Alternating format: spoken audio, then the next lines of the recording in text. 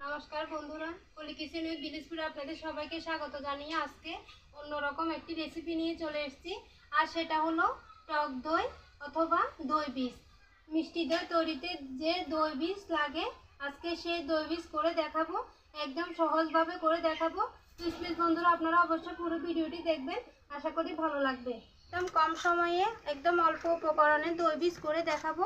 তার জন্য নিয়েছি এখানে গুঁড়া দুধ, এখানে নিয়েছি কুসুম গরম জল, আর লাগবে ভিনেগার। আপনারা চাইলে লেবুর রস দিয়েও করতে পারেন। প্রথমে একটা বাটিতে আমি এখানে হাফ কাপের মতো গুঁড়া দুধ নিয়েছি। দেখুন, বাটিতে দুধগুলো ঢেলে নিব। আর এখানে নিয়েছি কুসুম গরম জল, একটু জল দিয়ে দিব এখানে। আর দুধগুলো জলের সাথে মিশিয়ে নিব, ভালো করে মিশিয়ে নিতে হবে।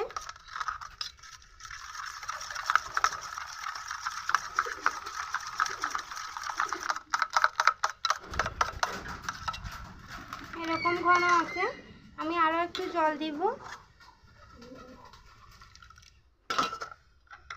অবশ্যই কিন্তু এখানে গরম জল দিতে হবে। আর এখন আমি এই ভিনেগারের কৌটার যে ঢাকনা, এই ঢাকনা করে 2 ঢাকনা ভিনেগার দিয়ে দিব।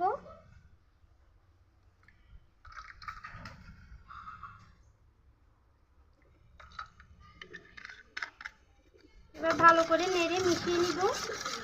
এই দেখুন, ভিনেগার দেওয়ার সাথে সাথে কিন্তু এটা দই হয়ে যাচ্ছে। দেখুন, নেড়ে ভালো করে মিশিয়ে নিয়েছি। এখন আমি 2 থেকে 3 ঘন্টার জন্য এটা নর্মাল ফ্রিজে রেখে দিব।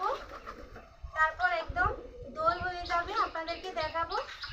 আর বন্ধুরা, এই দই কিন্তু শুধু মিষ্টি দই তৈরিতে না, যে কোনো রান্নার কাজেও ব্যবহার করতে পারবেন। আমি এই দই বীজটা নর্মাল ফ্রিজে রেখে দিব 2 থেকে 3 ঘন্টার জন্য। তো 2 থেকে 3 ঘন্টা পর আপনাদেরকে বের করে দেখাবো আমার দই বীজটা কেমন হয়েছে। তো ফিরে আসছি 2 থেকে 3 ঘন্টা পর। বন্ধুরা, দই বীজটা 3 ঘন্টা পর আমি ফ্রিজ থেকে বের করে নিয়ে চলে এসেছি। এই দেখুন, দেখুন কি সুন্দর দই জমেছে। আমি চামচ দিয়ে কেটে দেখাচ্ছি। এই দেখুন, যত বেশি সময় ধরে রাখা হবে তত ভালো দই বীজ হবে। বন্ধুরা, 3 ঘন্টা ফ্রিজে রাখার পর এরকম জমেছে। যদি আরও বেশি সময় ধরে রাখা হয় তাহলে আরও ভালো জমবে দই। তো এইভাবে দই বীজ করে আপনারা খুব সহজে মিষ্টি দই বানাতে পারবেন। আর শুধু মিষ্টি দই না, যে কোনো রান্নার রেসিপিতে এভাবে দই বানিয়ে ব্যবহার করতে পারবেন, দেখবেন খুব ভালো হবে।